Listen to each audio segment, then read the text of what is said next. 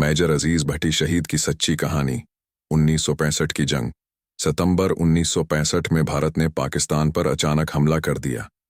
जंग की शिद्दत बढ़ती गई और लाहौर का महाज सबसे अहम बन गया। भारतीय फौज की एक बड़ी तादाद लाहौर पर कब्जा करने के लिए पेशकदमी कर रही थी और इस महाज की जिम्मेदारी मेजर अजीज भट्टी को सौंपी गई। मेजर अजीज भट्टी पाकिस्तानी फौज के एक बहादुर अफसर थे। वो 1950 में पाकिस्तान मिलिट्री एकेडमी से पास हुए और अपनी जहानत और फर्ज शनासी की बदौलत जल्द ही तरक्की की मनाजिल तय की। 1965 की जंग में वो बतौर कंपनी कमांडर लाहौर सेक्टर में तैनात थे। जब भारतीय फौज ने लाहौर की जानिब पेशकदमी की तो मेजर अजीज भट्टी ने अपने सिपाहियों के साथ निहायत दिलेरी से दुश्मन का मुकाबला किया। उन्होंने दुश्मन को पीआरबी नहर के पार रोकने की हिकमत अमली अपनाई।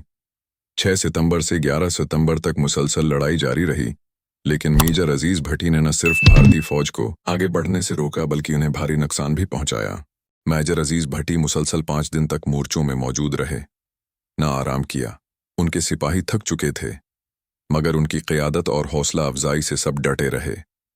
उनका मशहूर जुमला था, मैं अपने वतन की हिफाजत करते हुए अपनी जान देना चाहता हूं, ताकि आने वाली नस्लें फ़ख्र से मेरा नाम लें। 12 सितंबर की सुबह जब दुश्मन ने एक बड़ा हमला किया तो मेजर अजीज भट्टी ने तोपखाने को खुद दुश्मन की पोजीशनों की निशानदेही की। दुश्मन की एक गोलाबारी के दौरान एक तोप का गोला उनके सीने पर लगा और वो मौका पर ही शहीद हो गए। मेजर अजीज भट्टी की बेमिसाल कुर्बानी के एतराफ़ में उन्हें पाकिस्तान के सबसे बड़े फौजी एजाज़ निशाने हैदर से नवाजा गया। आज भी उनकी शहादत का मकाम पीआरबी नहर के करीब पाकिस्तानी कौम के लिए फ़ख्र का निशान है।